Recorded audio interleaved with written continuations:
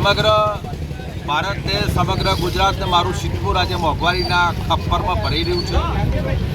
Bharatiya Janata party મોંઘવારી control કરવામાં નિષ્ફળ નીવડી છે। ભારતીય જનતા પાર્ટી આજે સમગ્ર દેશમાં વહીવટમાં પણ નિષ્ફળ નીવડી છે। આજે ભારતીય જનતા પાર્ટીમાં લોકો રોડ રસ્તા ઉપર ઉતર્યા છે। એના વિરોધમાં મોંઘવારી ગરીબ અને મધ્યમ વર્ગમાં પોસાય એવી કોઈ સ્થિતિ રહી નથી।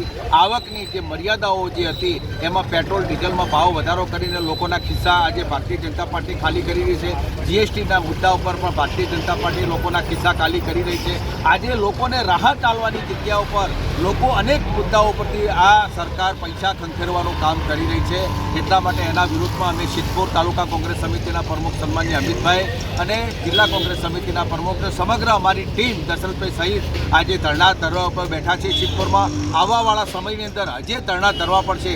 આ બ્રિજના મુદ્દાઓ પર પણ વેપારીઓ પણ આજે રોષે ભરાયેલા છે। સિદ્ધપુરના સરસ્વતી જે નદીનું તળાવ જે ખોદ્યું છે, માધુપાવડી જે ખોદી અને હીરાબા સરોવર નામ આલી અને નવું જે ખોલ્યું કારતક મહિનાની પૂનમના દિવસે મેળો ક્યાં ભરાશે એ મુદ્દા ઉપર પણ અમે આવવાવાળા સમયમાં ધરણા ધરવાના છે। અનેક મુદ્દાઓથી ઘેરાયેલું આ સિદ્ધપુર એને ન્યાય અને અધિકાર કરવા માટે અમે કોંગ્રેસ પાર્ટી વિપક્ષ તરીકે જો અવાજ બનવાનું થતું છે તે અવાજ બનીશું અને આ સિદ્ધપુરની પ્રજાનો ન્યાય અપાવવા માટે અમે તત્પર કોંગ્રેસ પાર્ટી સમગ્ર ટીમ તૈયાર છે।